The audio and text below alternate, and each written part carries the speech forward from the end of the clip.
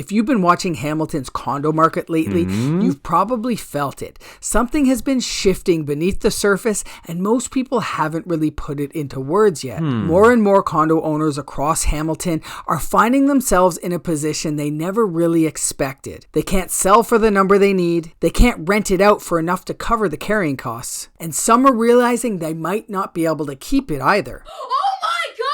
And this isn't a dramatic headline like Toronto, but it is a reality happening all over the city of Hamilton. From Corktown to Durand to Stoney Creek and Waterdown. Even high-rises on the mountain. And you're not seeing it talked about publicly. Developers aren't saying it, owners aren't posting about it, and most people just don't want to admit it. But when you're talking to condo owners every single day like I am, you start to see patterns show up again and again. So in this video, I'm breaking down what's really happening to Hamilton condo owners right now. Why some people feel stuck, what got them here, and the solutions I'm walking clients through so that they don't feel trapped. Let's get into it, starting with the most common story I'm hearing from owners across Hamilton. They bought a condo when the market was flying, maybe in 2021 or 2022 when units in Corktown or Durand were selling in days. Maybe they bought pre-construction in Stoney Creek, West Harbour or Waterdown, or one of the newer mid-rise projects popping up around GO stations. They bought with confidence. They thought prices would continue to go up, and they thought the rent would cover their mortgage and condo fees. But today, the math has completely changed. Listings downtown are sitting. Units near West Harbour GO are not seeing the activity that sellers expected. Investor units in Stoney Creek aren't breaking even. And condo fees, especially in older buildings around Bay, Duke, and Charlton, have jumped. On the outside, this all may look like a regular market correction. But behind the scenes, individual owners are carrying real financial pressure. And it's happening because of four major forces that are impacting Hamilton condos right now. Number one is the interest rates that crushed affordability. Buyers simply don't qualify for what they used to a few years ago. Number two, the inventory keeps stacking up, especially downtown and near the lake. More choice means buyers get to take their time. Number three, rent growth hasn't kept up with continued carrying costs. Many landlords are now seeing $300, $500, $700, $900 negative monthly. And number four, condo fees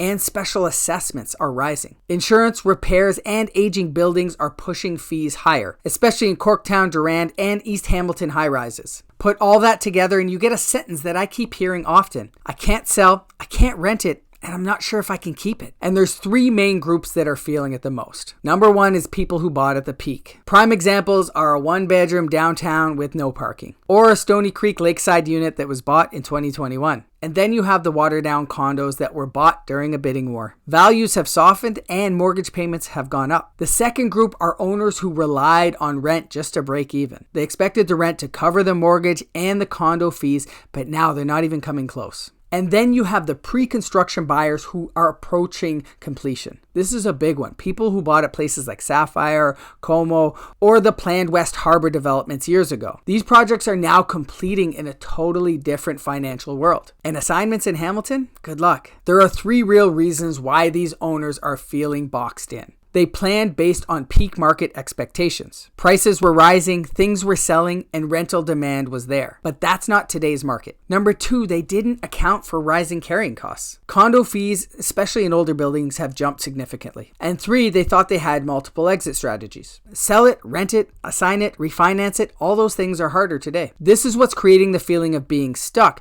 not the condo itself, but the lack of options in today's market. But there's a cost to doing nothing. I hear a lot of people say, I'll just wait and see. I'll wait till the market picks up in the spring. But waiting isn't free. If you're losing a few $100s a month or more, that adds up to thousands of dollars every year. And that's all money out of your pocket. Plus condo fees, property taxes, and insurance all continue to rise. It really depends on your situation and whether or not you can carry. Now let's talk solutions because there are some options. Here are some of the strategies I'm walking condo owners through today. Number one is if you have to sell, you need to price it for today's market, not yesterday. If you price based on what you paid or what you want, it will sit, collecting dust while fees add up. Like I said, buyers have options and they're comparing everything. Parking, size, age, location, And then you have the financial health of the building and status certificate review, which you don't have control over necessarily, but hopefully you took the time to do your due diligence when you purchased. Pricing properly gives you control. Number 2, you gotta make the unit stand out. This is especially important in older units. Small updates matter. Paint, lighting, staging, decluttering, all these things make a difference. With so many options on the MLS as buyers scroll, yours needs to pop. My third piece of advice is to reevaluate rental numbers based on real data. You gotta look at what things are renting for today, not a few years ago. You need to use these real numbers so you can look at if renting is even a viable option for you. Next, we have to consider creative options. Things that can work well are offering seller credits, covering condo fees for a few months, selling it furnished, which is great for students or relocators, short-term furnished leasing, which is great for medical staff or temporary workers, vendor take-back financing if possible, or potentially restructuring with your lender. Some of these can open doors to things that owners don't realize they have. And 5, build a plan based on your actual goals. Are you trying to limit your stress? Do you need to move? Are you trying to protect your equity? Do you want to reposition for your next home?